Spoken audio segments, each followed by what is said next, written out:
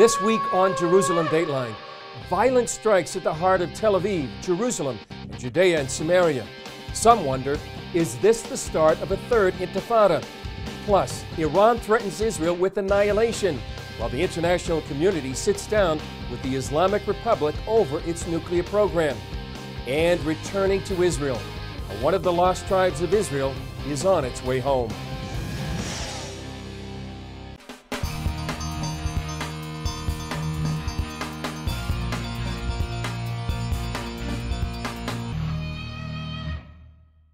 Hello and welcome to this edition of Jerusalem Dateline. I'm Chris Mitchell. Israel says the Palestinian Authority is behind a sharp increase in terror attacks. Since their leaders are telling Palestinians Israel is trying to destroy the Al-Aqsa Mosque.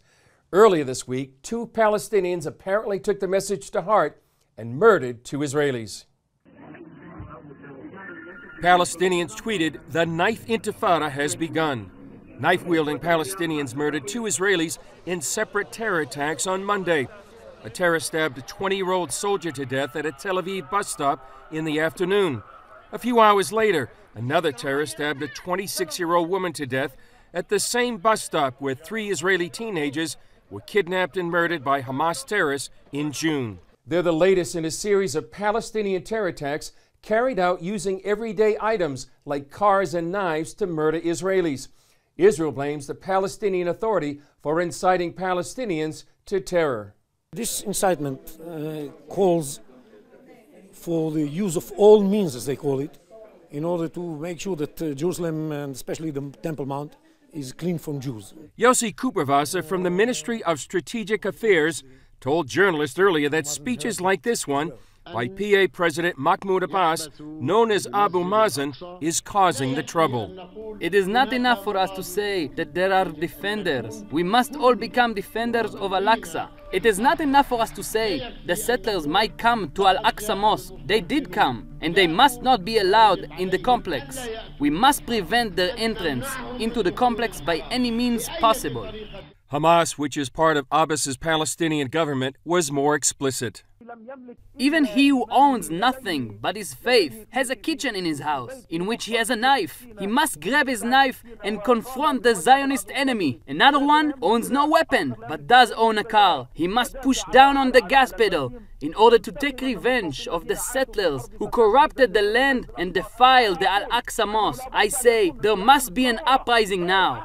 This was, in my mind, understood by the people on the ground as a license to do things on the ground. In response to the attacks, Israeli Prime Minister Benjamin Netanyahu said they would fight the incitement from the Palestinian Authority. Those who protest against the state of Israel and in favor of the Palestinian state, I say to them, simply move there, to the Palestinian Authority or Gaza. I promise you that the state of Israel will not make it difficult for you. But for those who stay here, we will make it difficult if you are a rioter or a terrorist. Palestinians claim Al-Aqsa is in danger because a growing number of Jewish Israelis want the right to pray on the Temple Mount. It's the site of 2 Jewish temples in Bible times, but Palestinians say the temple in Jewish history here never existed. The Israeli government says they'll defer to the Muslims and maintain the status quo. That means for now only Muslims can pray on the coveted plateau. In the meantime, Israelis are dealing with the possibility of terror attacks any place, any time. Much of the current violence surrounds the question, should Jews and other non-Muslims be allowed to pray on the Temple Mount? Palestinians, Jordanians, and many Muslims say a resounding no. Israel's High Court guarantees freedom of access to the Holy Plateau, including freedom of worship. But police prevent it out of fear of violating public order. Still more Israelis are demanding those freedoms, and that's leading Palestinians to take to the streets. Muslims call it Haram al-Sharif, the noble sanctuary in Arabic. Al-Aqsa, which includes the mosque and the entire compound, is the 3rd holiest site in Islam. Muslims claim only they are allowed to pray there. Muslims have to pray, but others, Christians and Jews, they can visit, just visit. No, not to make pray inside. For Jews, the Temple Mount is the most sacred place. 2 Jewish temples stood here during Bible times. Jesus visited, preached, and worshiped at the second temple, yet Muslims deny it ever existed. Archaeology backs up the Bible, which says it's our holiest place. It's the center. From the beginning of the Jewish people, many think from the beginning of the world, it's the center. For years, rabbis said it was forbidden for Jews to even set foot there, let alone pray on the Temple Mount, because it was too holy. Now more and more religious and non-religious Jews want their rights to this most holy place. Linda Olmert is part of Haliba, the initiative for Jewish freedom on the Temple Mount. Because we want freedom for everybody to pray on the Temple Mount. Isaiah says it will be a place for all nations. 2 weeks ago, a Palestinian terrorist attempted to assassinate Yehuda Glick, Haliba's leader. Glick survived, and Israeli security later shot and killed the gunman. This incident, along with constant rioting in the Palestinian sector, highlight the growing tensions over the Temple Mount. We as a government, we are against Jewish prayers on the Temple Mount, simply because of reasons that have to do with our commitment to the status quo that was agreed upon back in 1967. Since the 1967 Six-Day War, Jordan has kept religious control over the Temple Mount. Israel maintains security, and only Muslims can pray there. Due to the current tension over the Mount, Jordan recalled its ambassador last week from Israel. Yossi Kuperwasser is Director General of the Strategic Affairs Ministry. We believe that by committing ourselves to this status quo, we help keep the peace and security in Jerusalem. But Olmert says it's all about civil rights. The only place I know, certainly in Israel, where there is a real violation of civil rights as we have come to expect them in the Western world, in free democratic countries, is against Jews on the Temple Mount. And she says there's plenty of room for everyone.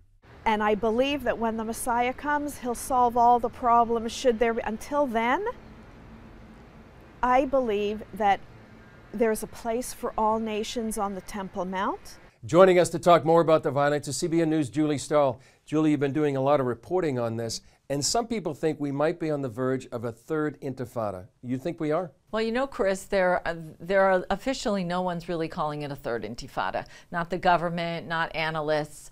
But many people are asking, well, what does it take to call it a third intifada? We have daily rioting, basically, in limited Arab neighborhoods. There's a lot of rock throwing Molotov cocktails at cars and buses in certain areas. So it seems like it's just cells.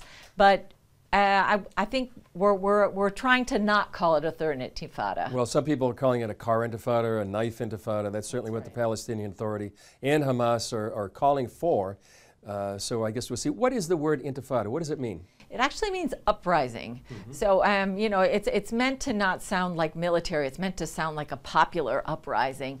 Though we've heard reports that, you know, a lot of the people are being paid. It's a lot of youth that, you know, that Israel arrests them and lets them out within 24 hours because they're underage. Some are like 9, 10, 11, 12 years old, so they don't keep them. And then they're heralded as heroes when they get back home. Mm-hmm. So it's it's not really a winning situation for Israel. The other issue about praying on the Temple Mount, you've been talking to some people about this desire by many Jews and religious and non-religious to pray on the Temple Mount. What are you hearing? Well, like you said, it's a growing movement, and really for the first time we're seeing the secular Israelis or non-religious Israelis joining together with the Israelis to say, hey, we want our rights. We want to be able to go up there. This is our place. Legally, they're allowed to, but as far as the police are concerned, they don't want them up there because it causes trouble. You know, I just was speaking with an analyst who was saying that in 1967, when Israel reunited Jerusalem and they got the Temple Mount back and the Western Wall, they hadn't even had the Western Wall for so long that they were so excited about having the Western Wall back, they didn't really realize what it meant to have the Temple Mount back. And so they kind of gave the municipal rights to the Temple Mount back to Jordan. Yeah, and that's changing right now. Yeah. Quickly, Julie, do you think this is going to increase, the story is going to be more intense as time goes on? I definitely do. You know, Chris, we're talking about the place where not just the two temples were, but depending on your theology, it's where the Antichrist is supposed to sit. So it's definitely going to keep going. Yeah. Well, thanks for keeping us up to date. Sure. Thanks, Julie. Coming up, the international community is sitting down with Iran over its nuclear program. And Iran's supreme leader is tweeting they want to annihilate the Jewish state. We'll have analysis from our CBN News studio in Virginia Beach.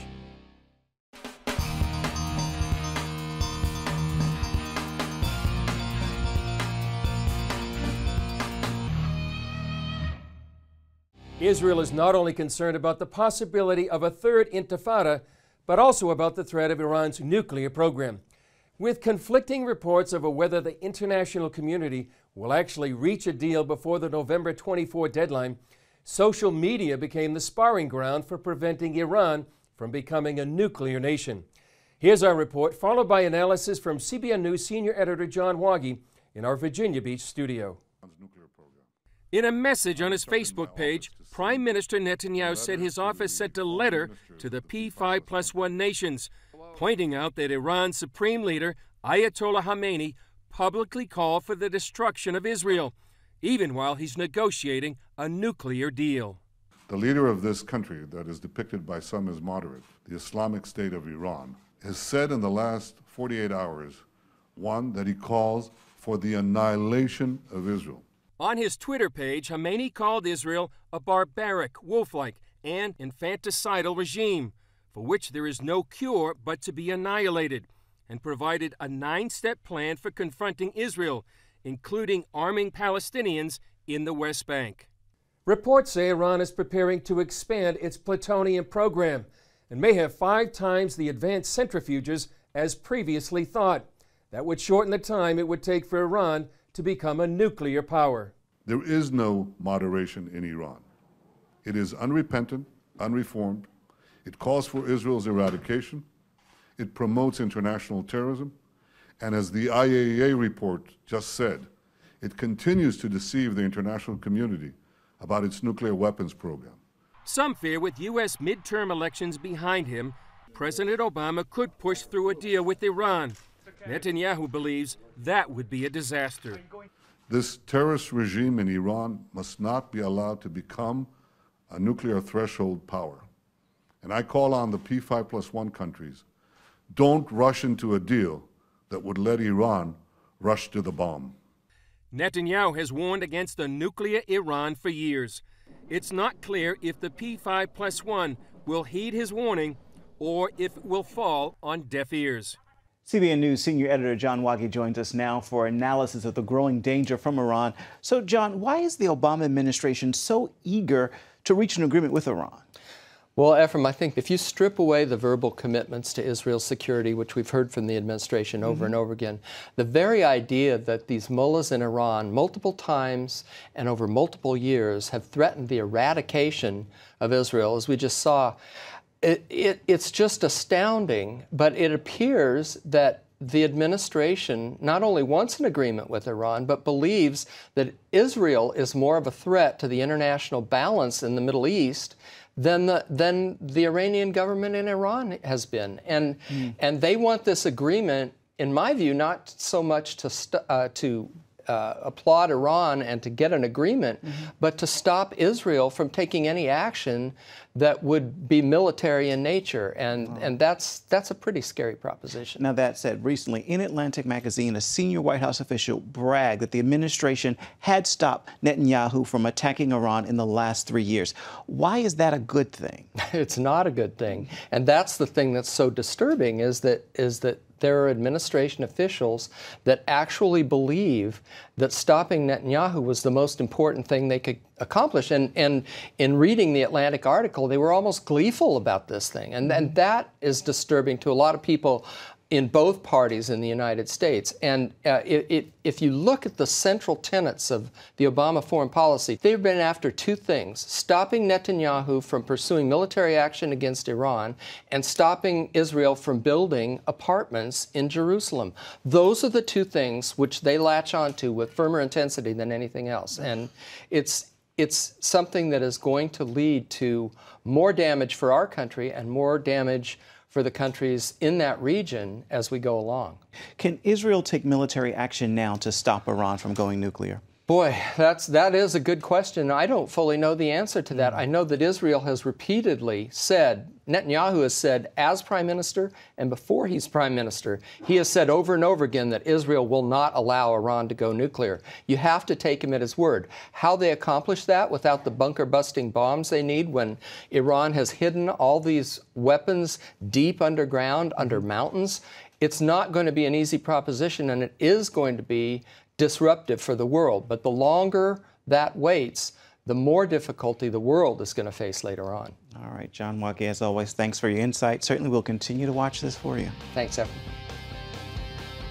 Coming up, our powerful interview with Canon Andrew White, the vicar of Baghdad, about the plight of Christians in the Middle East.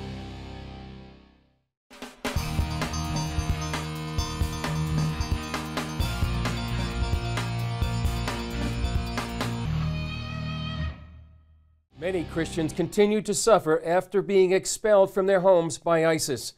Here's another excerpt from our interview with Canon Andrew White, known as the Vicar of Baghdad, and what he says about the plight of Christians in the Middle East.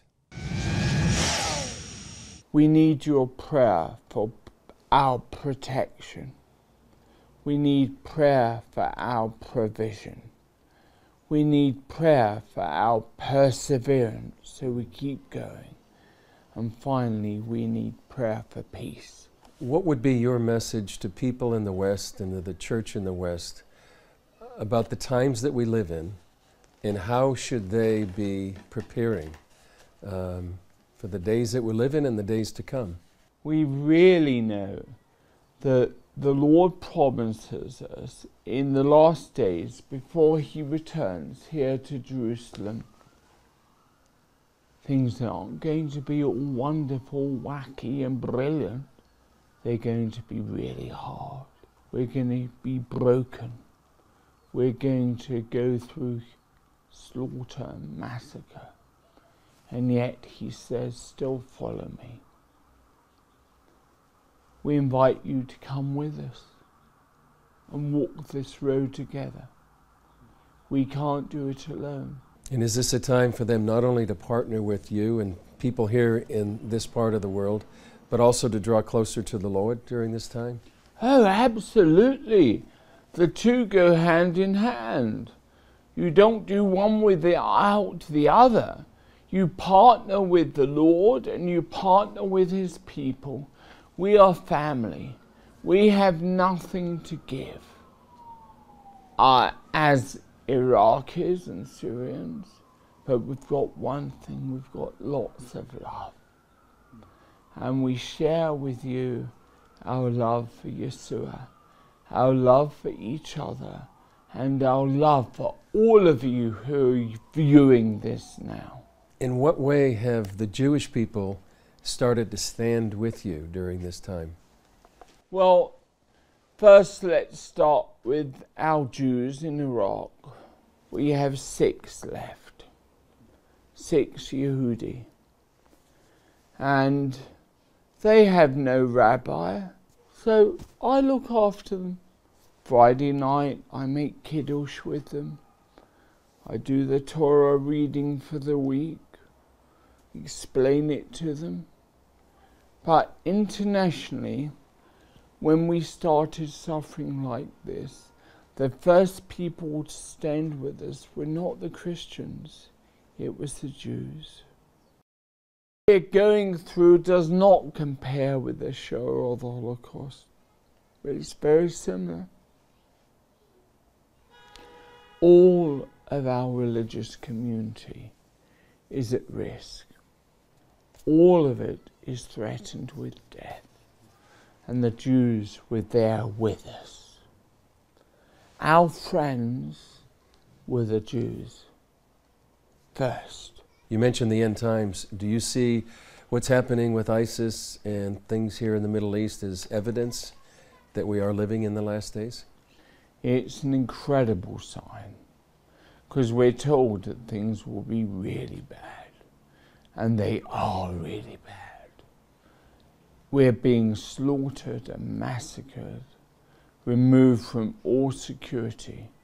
We're being removed from everything but Jesus. The Lord is here, and His Spirit is with us. That is what we keep saying all the time. The Lord is here. Coming up, the return of the lost tribe of B'nai Menashe, prophecy unfolding in our time.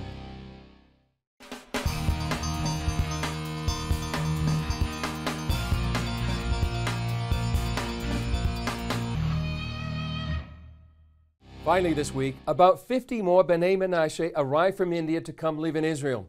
Here's a report we did when other members of their tribe arrived last year. As the story shows, the return of the B'nai Menashe is a homecoming more than 2,000 years in the making. Their arrival was tearful and emotional. I feel like I'm home.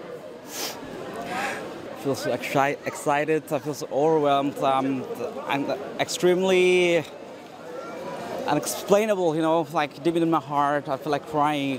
And this group is just the first of a long-awaited migration.